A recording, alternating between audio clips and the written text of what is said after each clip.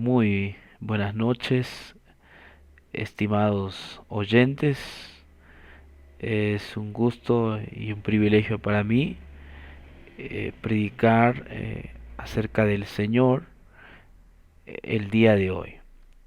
Asimismo, le pido a Dios que me dé fuerza, sabiduría para explicar su santo evangelio. En esta oportunidad voy a considerar el libro de Isaías, el capítulo 52, el verso 7. En esta parte de las escrituras nosotros encontramos una declaración que es transliterada por el apóstol Pablo también en su carta a los romanos. Y algunos eruditos creen que el concepto de evangelio paulino pues la extrae de este libro y especialmente de Isaías 52:7. La declaración bíblica dice lo siguiente: cuán hermosos son sobre los montes los pies del que trae alegres nuevas, del que anuncia la paz, del que trae buenas noticias, del que proclama salvación, del que dice a Sión tu Dios reina. Por lo menos en este pasaje bíblico, el profeta Isaías nos habla de cuatro cosas que son importantes y que en estas cuatro cosas se encierra el tema de la salvación y la manera también como Dios salva a la humanidad de la perdición. En primer lugar, para el profeta Isaías, la salvación de Dios constituye las buenas nuevas, porque empieza de esta manera: cuán hermosos son sobre los montes los pies del que trae alegres nuevas. El mensaje de salvación de Dios es un mensaje de alegres nuevas o es buena noticia. La Septuaginta, cuando traduce este pasaje, es evangelio, buenas nuevas, buenas noticias. En el hebreo, ya que la Septuaginta es la primera Biblia griega, en el hebreo no dice evangelio, sino bashar, que tiene la misma connotación de buenas nuevas, buenas noticias. El evangelio tiene que ver con las buenas nuevas, tiene que ver con una buena noticia que alegra el corazón y hace que nuestros pies dancen. El evangelio es una buena noticia frente a las malas noticias que nosotros estamos acostumbrados a escuchar, ya que en este mundo generalmente escuchamos malas noticias, noticias que lindan en tristeza, desastres sobrenaturales, pobreza económica, problemas familiares, pleitos, contiendas, guerras en Medio Oriente, eh, debacles, familias que se divorcian, se separan, un familiar que se le encuentra un pronóstico de cáncer terminal, muertes, odio, desesperanza. La Biblia, el mensaje del Señor, es buena nueva frente a los problemas o debacles de la humanidad, frente a nuestras terribles vicisitudes por las cuales pasamos. El Evangelio pues es una buena noticia para el que cree. Dios tiene buenas nuevas para nosotros. Eso es el Evangelio, es una buena noticia. ¿En qué consiste estas noticias? Dice el mismo verso 7 que es el anuncio de la paz. Es decir, frente a- al conflicto, frente a la guerra, eh, el Evangelio es un anuncio del cese a la guerra, del fin de la guerra. Es el anuncio de que el conflicto ha terminado. Es el anuncio de que ahora hay paz. ¿Sí? Eso es el Evangelio. Es el anuncio que terminó el conflicto, terminó la guerra. Debemos estar tranquilos porque ahora hay paz debido a que Dios nos ha dado su paz. Pero las buenas nuevas son aún más grandes porque también proclaman salvación, salvación para la humanidad, redención, rescate.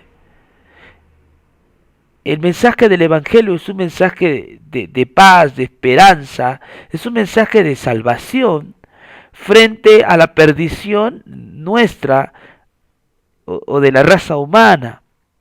Finalmente, el profeta Isaías también habla, tu Dios reina. Frente a los reinos injustos, nefastos, despiadados, o a reinos o gobiernos que no duran mucho tiempo, el Evangelio también anuncia de que al final Dios es el vencedor, es el victorioso, y el reino de Él es un reino eterno. Es interesante también entender la figura que Isaías usa.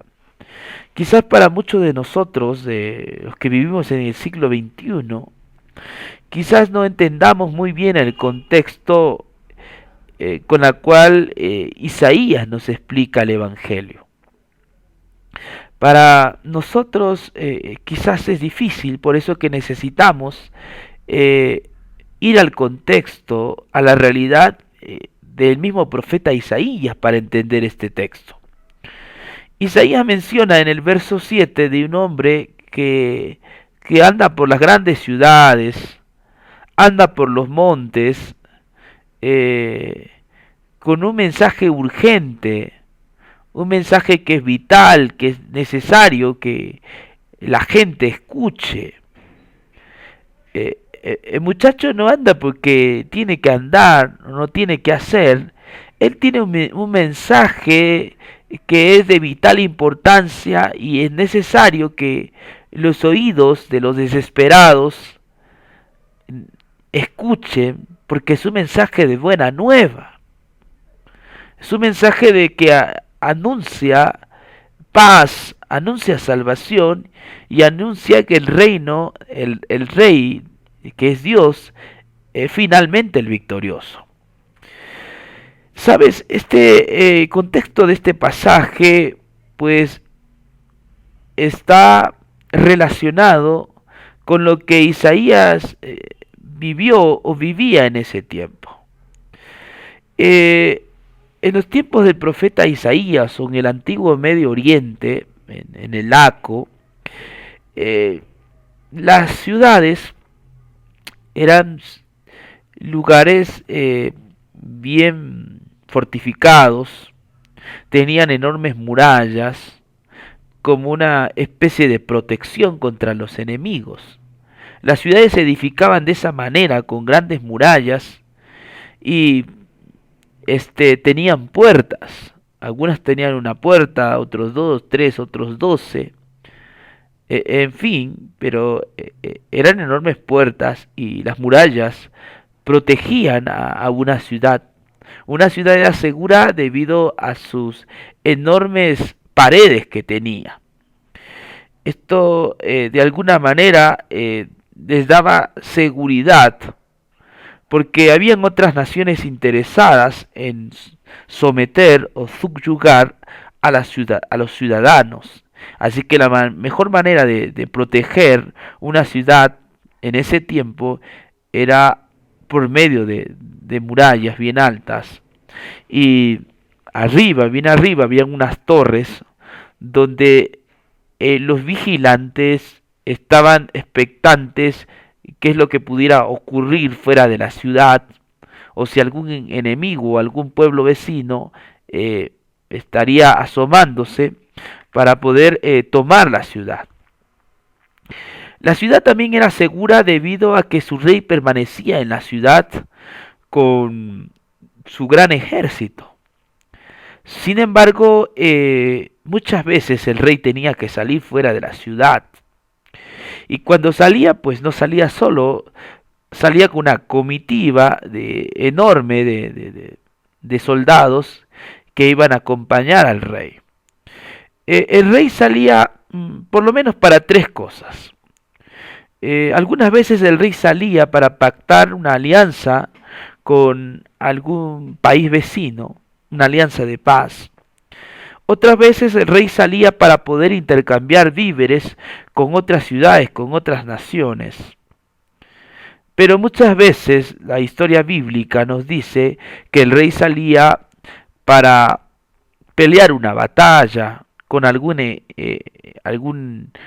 nación enemiga y dejaba su ciudad con la protección de sus muros y con un poco de vigilantes que estaban expectantes en las torres para ver qué es lo que ocurría afuera. Los ciudadanos se quedaban dentro de la ciudad, las mujeres se dedicaban a las labores domésticas, los hombres se dedicaban al trabajo rudo, fuerte, y los niños pues a estudiar dentro de la ciudad o también a jugar. Y la ciudad aparentemente quedaba segura durante la ausencia del rey. Sin embargo, lo peor que podría ocurrir en una ciudad sin su rey es que los vecinos de al lado o algún ejército interesado en someter a la ciudad se enterara que el rey estaba ausente. Entonces inmediatamente estos enemigos del rey o del reino eh, sitiaban la ciudad, la rodeaban y acampaban eh, cerca a la ciudad con el fin de que ningún ciudadano se atreva a salir eh, porque la ciudad corría peligro.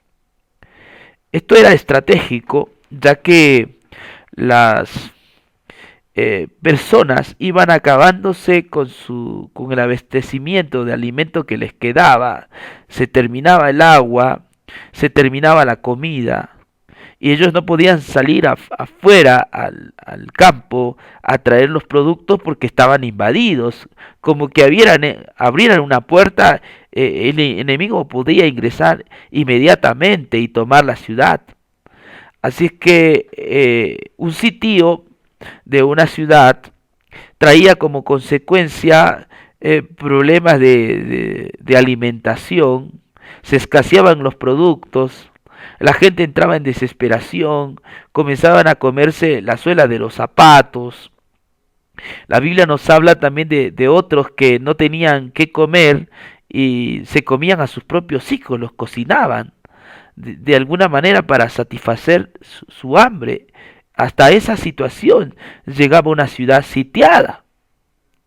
La sonrisa se perdía, el humor también, un desconsuelo, un desconcierto invadía y atormentaba a los ciudadanos, la gente perdía la paz, las personas entraban en desesperación, en pánico, un momento triste pasaban los ciudadanos mediante cuando eran sitiados. Así que su única esperanza de estos ciudadanos era el retorno de su rey, que su rey volviera para salvarlos.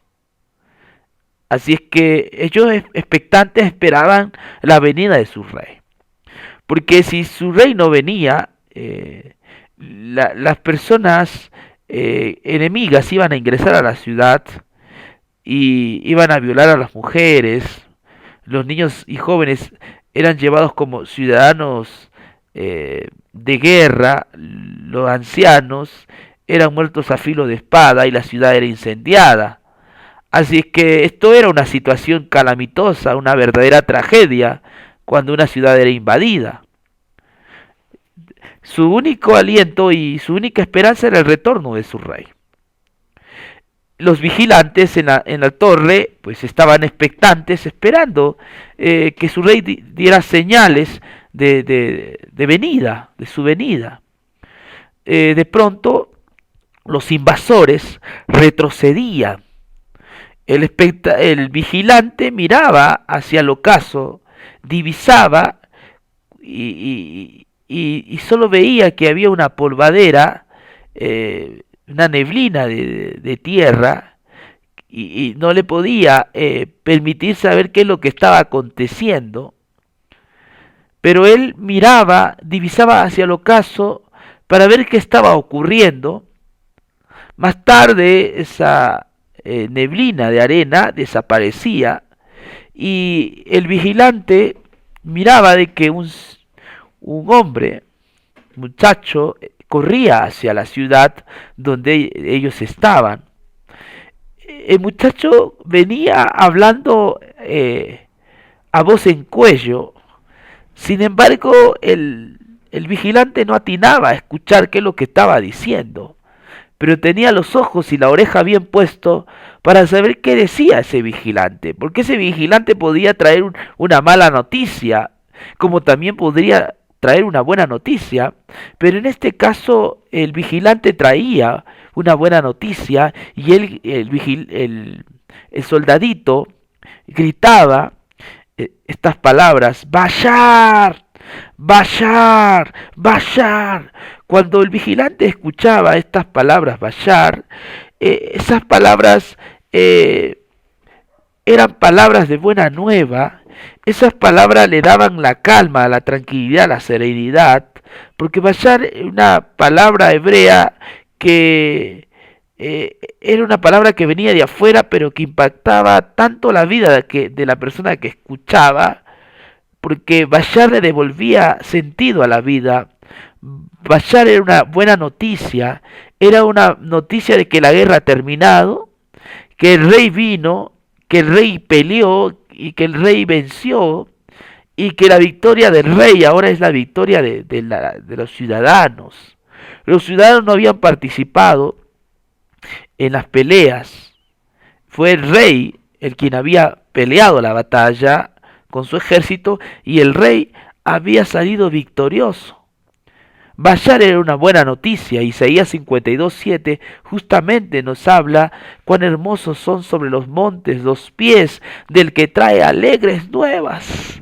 Era una buenísima noticia saber de que el rey había salido airoso, el rey había salido vencedor, los ciudadanos no iban a morir. Inmediatamente el vigilante, al escuchar la palabra Bashar, también daba su voz en cuello y expresaba a los ciudadanos y gritaba también Bashar, Bashar. Cuando la gente que estaba desconcertada, triste, escuchaba esta palabra Bashar, volvían a recobrar el ánimo, volvían a tener la paz, volvían a tener la serenidad y su corazón prorrumpía en alegría. Los ciudadanos al escuchar Bashar se abrazaban, habían lágrimas, pero no eran lágrimas de desesperación, sino eran lágrimas de alegría, lágrimas de felicidad. La gente se gozaba porque Bashar era una buena noticia que venía de afuera, pero que impactaba los corazones. De pronto abrían los portones de la ciudad y el rey entraba con un botín, con la victoria en sus manos. La gente cantaba al rey, le daban la bienvenida y decían de que el rey era victorioso, que el rey era grande en batalla. Bashar era una buena noticia que les traía calma a las personas.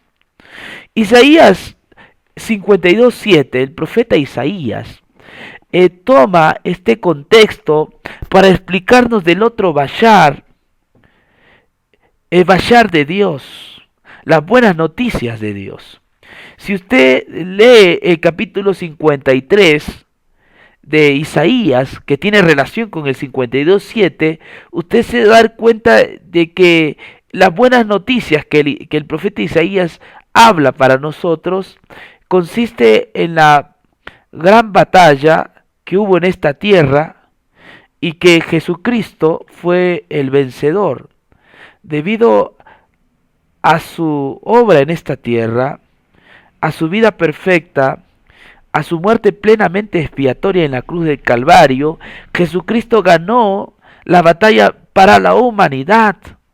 Él peleó con el diablo una batalla recia. Sin embargo, la Biblia dice que él salió vencedor y expuso al que tenía el poder de las tinieblas, esto es al diablo, y lo venció. Las buenas nuevas para nosotros es que el Rey de Reyes vino a esta tierra y peleó la batalla y la venció. La victoria de Jesús es nuestra victoria. Esto debería traer a nuestro corazón alegría, porque la victoria de Cristo es una victoria de paz. La Biblia dice, justificados pues por la fe tenemos paz para con Dios por medio de nuestro Señor Jesucristo. Jesús gritó Bayar desde la cruz cuando dijo dos palabras, consumado es. Consumado es quiere decir que la salvación nuestra es una realidad. Consumado es significa de que nosotros no vamos a morir la muerte eterna. Consumado es significa que la salvación está acabada, que es suficiente, eficiente, es total, que el sacrificio de Jesús es pleno, es completo y que la salvación es una realidad. Jesús gritó Bayar en la cruz del Calvario porque fue en la cruz del Calvario donde Jesús puso fin al pecado, donde Jesús acabó con el problema del pecado.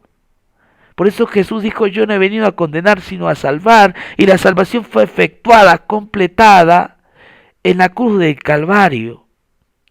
A través del mérito de la cruz, nosotros tenemos una oportunidad, una nueva oportunidad de vida y de poder gozar plenamente de la paz de Dios.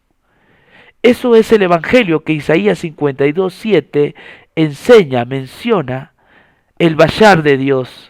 Por sus heridas hemos sido sanados. El herido fue por nuestras rebeliones, molido por nuestros pecados. El castigo que nos trae paz fue sobre él.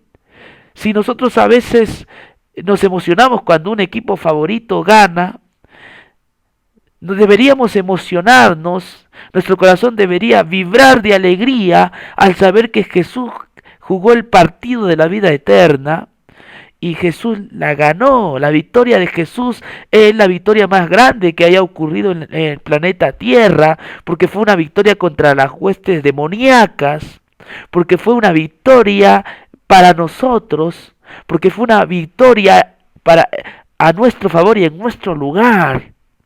La salvación es un hecho. Toda persona que crea en esa salvación, pues va a gozar de la vida eterna permanentemente. ¿Acaso no dice la Biblia que el que cree en Él tiene la vida eterna?